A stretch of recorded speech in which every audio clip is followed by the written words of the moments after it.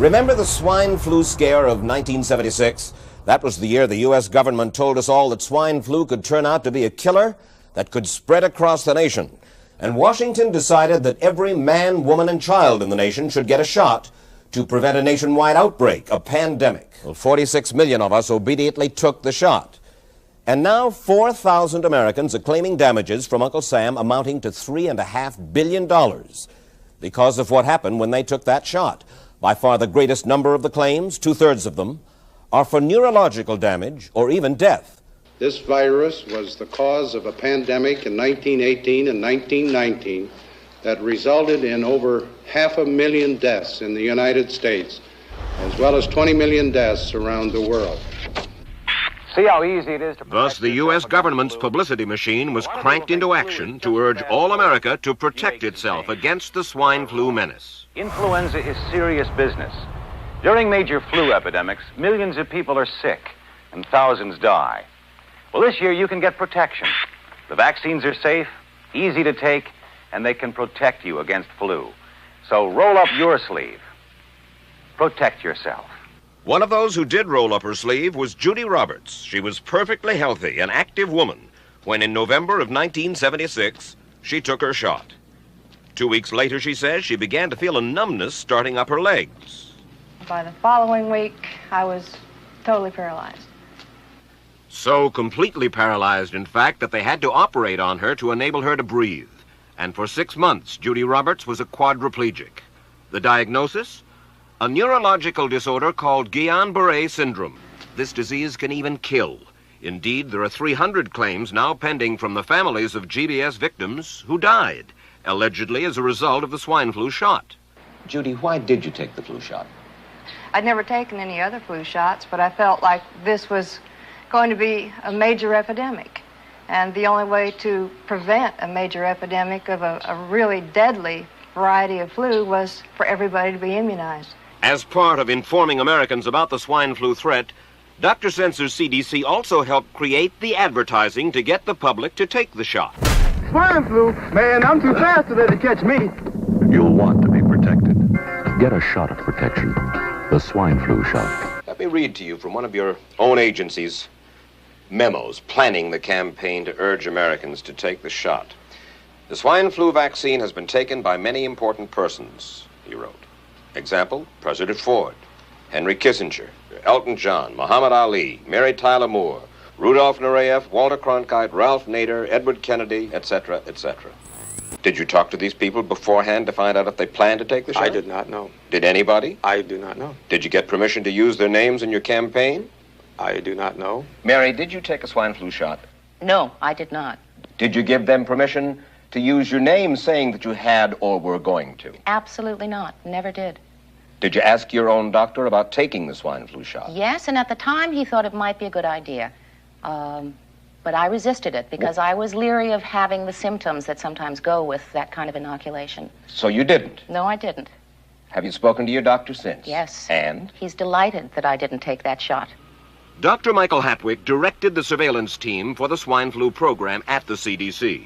His job was to find out what possible complications could arise from taking the shot and to report his findings to those in charge. Did you know ahead of time, Dr. Hatwick, that there had been case reports of neurological disorders, neurological illness, apparently associated with the injection of influenza vaccine? Absolutely. You did? Yes. How'd you know that? By review of the literature. So you told your superiors, the men in charge of the swine flu immunization program, about the possibility of neurological disorders? Absolutely. What would you say if I told you that your superiors say that you never told them about the possibility of neurological complications? That's nonsense. I can't believe that they would say that they did not know that there were neurological illnesses associated with influenza vaccination. That simply is not true. We did know that. I've said that Dr. Hatwick has never told me of his feelings on this subject. Then he's lying. I guess you would have to make that assumption. Then why does this report from your own agency, dated July 1976, list neurological complications as a possibility? I think the consensus of the scientific community was that the evidence relating neurologic disorders to influenza immunization was such that they did not feel that this association was a real one. You didn't feel it was necessary to tell the American people that information? I think that over the years we have tried to inform the American people as fully as possible. The vaccines are safe, easy to take, and they can protect you against flu. I told Judy to take the shot. She wasn't going to take it, and she never had shots. And I'm mad with my government because they knew the facts. But they didn't release those facts because if they had released them, the people wouldn't have taken it. And they can come out tomorrow and tell me there's going to be an epidemic, and they can drop off like flies next to me. I will not take another shot that my government tells me to take. Meantime, Judy Roberts and some 4,000 others like her are still waiting for their day in court. This is the CBS television network. What cigarette do you smoke? You'll be interested to know how the doctors of America answered that question. Tens of thousands of doctors in all parts of the country, in every state of the Union. Doctors in every branch of medicine were asked, What cigarette do you smoke, doctor? in this nationwide survey of general practitioners, surgeons, throat specialists, diagnosticians, and so on, the brand named most was Camel. Yes, according to this survey, more doctors smoke Camels than any other cigarette. Try Camels yourself. Make the one sensible cigarette test. Make your own 30-day Camel mildness test in your T-zone. Smoke only Camels for 30 days. Enjoy Camel's rich, full flavor. And see how well Camels agree with your throat. Pack after pack, week after week. See for yourself why Camels are so popular with the doctors of America. Bet you want what I got. Health appeal with a lot of help from Ultra Bright. It's a grin that shines its brightest. It's a freshness you can feel. It's a natural attraction. It's your health appeal. What makes Ultra Bright the health appeal toothpaste? A smile that shines its natural whitest, sparkling clean breath, and cavity-fighting fluoride. It's a natural attraction. It's your Ultra Bright. The Health Appeal toothpaste. I'm the healthiest 55-year-old you ever seen. Hey, I play golf every weekend. Get a shot of protection. The swine flu shot. Joe brought it home from the office. He gave it to Betty and one of his kids and to Betty's mother. But Betty's mother went back to California the next day. On her way to the airport, she gave it to a cab driver, a ticket agent, and one of the charming stewardesses. At school, Joe's kid gave it to some other kids, and Mrs. Merrill got it and gave it to her husband. In California, Betty's mother gave it to her best friend, Dottie. But Dottie had a heart condition and she died. But before she died, Dottie gave it to her girlfriend, the mailman, the paper boy, and the vet when she went to pick up her chihuahua. If a swine flu epidemic comes, this is how it could spread. You'll want to be protected, especially if you're elderly or chronically ill. Get a shot of protection, the swine flu shot. Nose, throat, and accessory organs not adversely affected by smoking Chesterfields. First such report ever published about any cigarette, and it applies only to Chesterfield.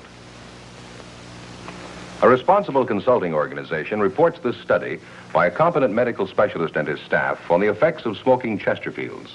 A group of people smoked only Chesterfields for 6 months in their normal amount, 10 to 40 a day. 45% of the group have smoked Chesterfields from 1 to 30 years for an average of 10 years each.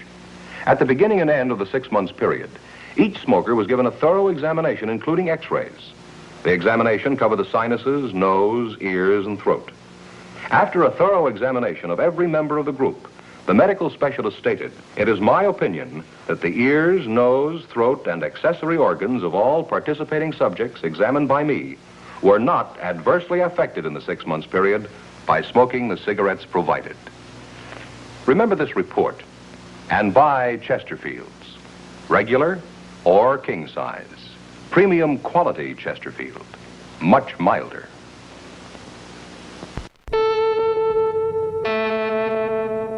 CBS presents this program in color.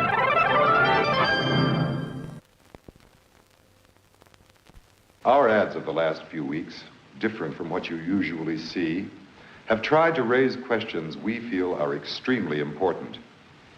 As the first generation of the technological society, we have been acted upon by forces of such power that few, if any of us, can understand. Extensive information gathering on every American, human experiments with drugs and psychosurgery, electronic surveillance, the era of the computer, invasion of privacy, growing government and corporate power over our lives, a people plagued by dehumanization, loneliness, and violence. Dramatic? Perhaps. But we are losing control of our technology and our lives. Not so long ago, people in a similar situation did not awaken to the forces around them. Are we so unwise as to do the same?